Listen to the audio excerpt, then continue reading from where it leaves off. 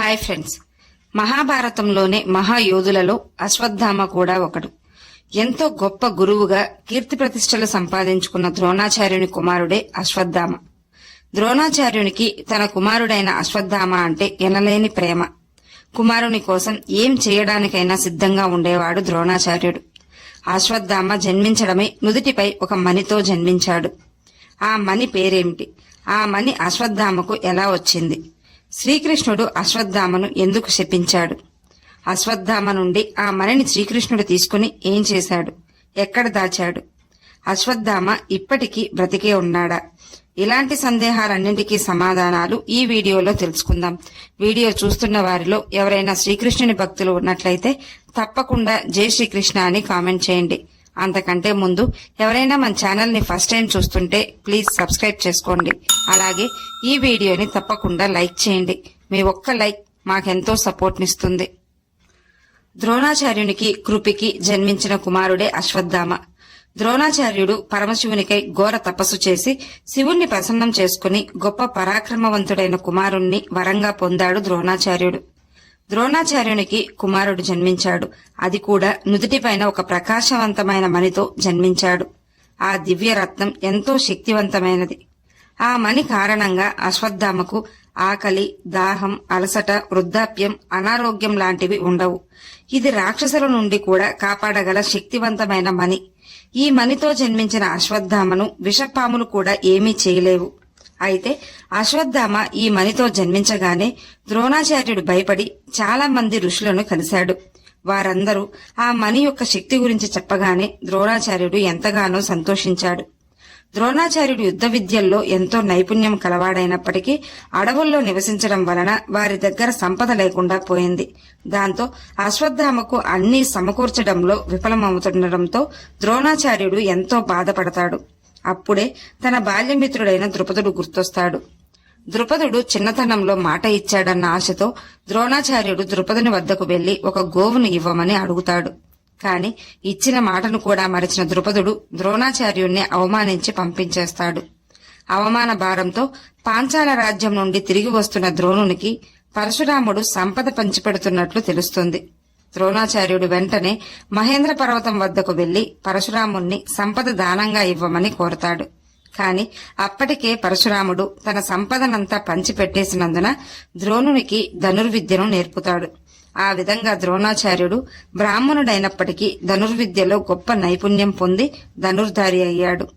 ద్రోణాచార్యుని ప్రతిభ చూసిన భీష్ముడు హస్తిన యువరాజులందరికీ విలువిద్యా శిక్షణకై గురువుగా ద్రోణాచార్యుణ్ణి నియమిస్తాడు. అలా కౌరవులతో పాండవులతో పాటుగా అశ్వత్థామ కూడా అక్కడే శిక్షణ తీసుకున్నాడు. అశ్వత్థామకు దుర్యోధనుడికి అక్కడే మంచి స్నేహం కుదిరింది. అశ్వత్థామకు ద్రోణాచార్యుడు ఎన్నో దివ్యాస్త్రాలను ఉపదేశించాడు. ద్రోణాచార్యుని ప్రియశిష్యుడు అర్జునుడు. అందుకే అందరికంటే ఎక్కువ విద్యను అర్జునునికి అందించాడు. అర్జునునితో పాటు అశ్వత్థామను కూడా సమాన వీరత్వం కలవానిగా శిక్షణ ఇచ్చాడు ద్రోణాచార్యుడు. అశ్వత్థామ గొప్ప ధనుర్ధారిగా తయారయ్యాడు. అత్యంత శక్తివంతుడు, ఎన్నో దివ్యాస్త్రాలు కలవాడు. అలాగే శక్తివంతుడన్న అహంకారం కూడా అశ్వత్థామలో ఎప్పుడూ ఉండేది. అహంకారిగానే ప్రవర్తించేవాడు. ధర్మాన్ని కూడా ఆచరిస్తూ అధర్మాన్ని ఎవరు చేసినా ఖండించడానికి వెనుకాడని ధైర్యవంతుడు. దుర్యోధనుడు అశ్వత్థామ స్నేహితులైనప్పటికీ దుర్యోధనుడు చేసే అధర్మాలను చాలాసార్లు ఖండించాడు. దుర్యోధనుడు ద్రౌపదిని అవమానిస్తున్నప్పుడు కూడా అది అధర్మమని చెప్పి సభను వదిలి వెళ్లిపోయాడు అశ్వత్థామ. అశ్వత్థామకు అహంకారం ఉండడం వలన శ్రీకృష్ణ భగవానుణ్ణి సుదర్శన చక్రం ఇవ్వమని అడిగాడు. అందుకు శ్రీకృష్ణుడు నవ్వి అక్కడ ఉంది తీసుకో అని అశ్వత్థామతో చెప్తాడు. కాని అశ్వత్థామ ఆ సుదర్శన చక్రాన్ని కనీసం కదపలేకపోయాడు. దాంతో అశ్వత్థామ మౌనంగా అక్కడి నుండి వెళ్లిపోయాడు. అశ్వత్థామ వద్ద అనేక దివ్యాస్త్రాలు ఉన్నాయి. తన తండ్రి ద్రోణాచార్యుడు అన్నింటినీ ఉపదేశించాడు. వరుణాస్త్రం, ఆగ్నేయాస్త్రం, ఇంద్రాస్త్రం, నారాయణాస్త్రం, అలాగే వజ్రాస్త్రం, వాయువ్యాస్త్రం, బ్రహ్మశిరోనామకాస్త్రం, రుద్రాస్త్రం లాంటి దివ్యాస్త్రాలను ప్రయోగించగల నైపుణ్యం కలవాడు అశ్వత్థామ. బ్రహ్మాస్త్రం ఎంతో శక్తివంతమైన అస్త్రం. విధ్వంసక ఆయుధాలలో ఇది కూడా ఒకటి. ద్రోణాచార్యుని నుండి ఈ ఆయుధాన్ని అశ్వత్థామ పొందాడు. ఇది విధ్వంసంతో పాటు వినాశనం కూడా కలిగించగలదు. కౌరవులకు పాండవులకు మధ్య కురుక్షేత్ర యుద్ధం ప్రారంభమైంది. దుర్యోధనుడు కురుక్షేత్ర యుద్ధానికి సిద్ధపడ్డానికి ముఖ్య కారణం కర్ణుడు, భీష్ముడు, ద్రోణాచార్యుడు, అశ్వత్థామ, కృపాచార్యుడు లాంటి యోధులందరూ తమ పక్షాన ఉన్నారన్న నమ్మకంతోనే దుర్యోధనుడు విజయం తమదేనని ఆశ చెందాడు.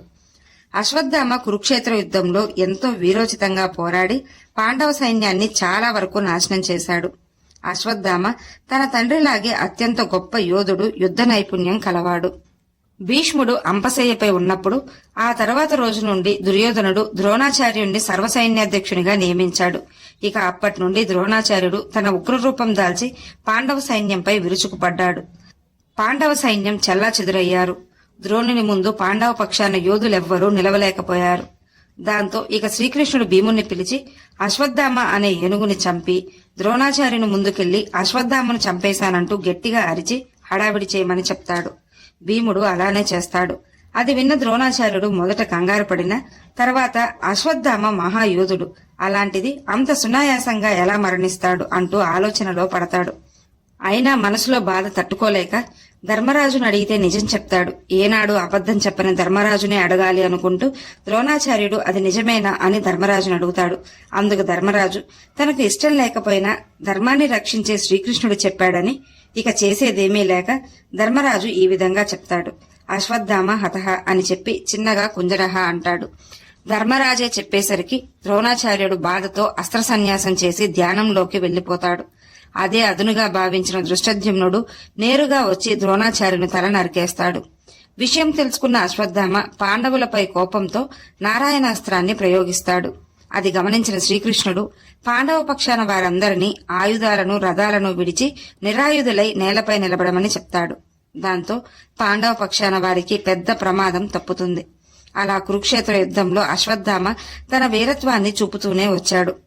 కురుక్షేత్ర యుద్ధం 17వ రోజున దుశ్శాసనుడు, కర్ణుడు మరణించాక అశ్వత్థామ దుర్యోధనుడి వద్దకు వెళ్లి పాండవులతో సంధి చేసుకోమని సలహా ఇచ్చాడు.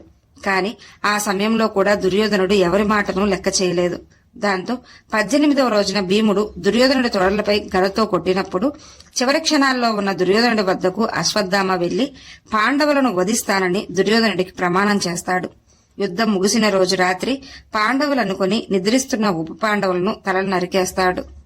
అక్కడ మరణించింది ఉప పాండవులను తెలుసుకున్న అశ్వత్థామ పాండవులకు భయపడి అడవులకు వెళ్లిపోతాడు. ఉప పాండవులు మరణించారని తెలుసుకున్న పాండవులు ఎంతో దుఃఖిస్తారు. ద్రౌపది ఎంతో కుంగిపోతుంది.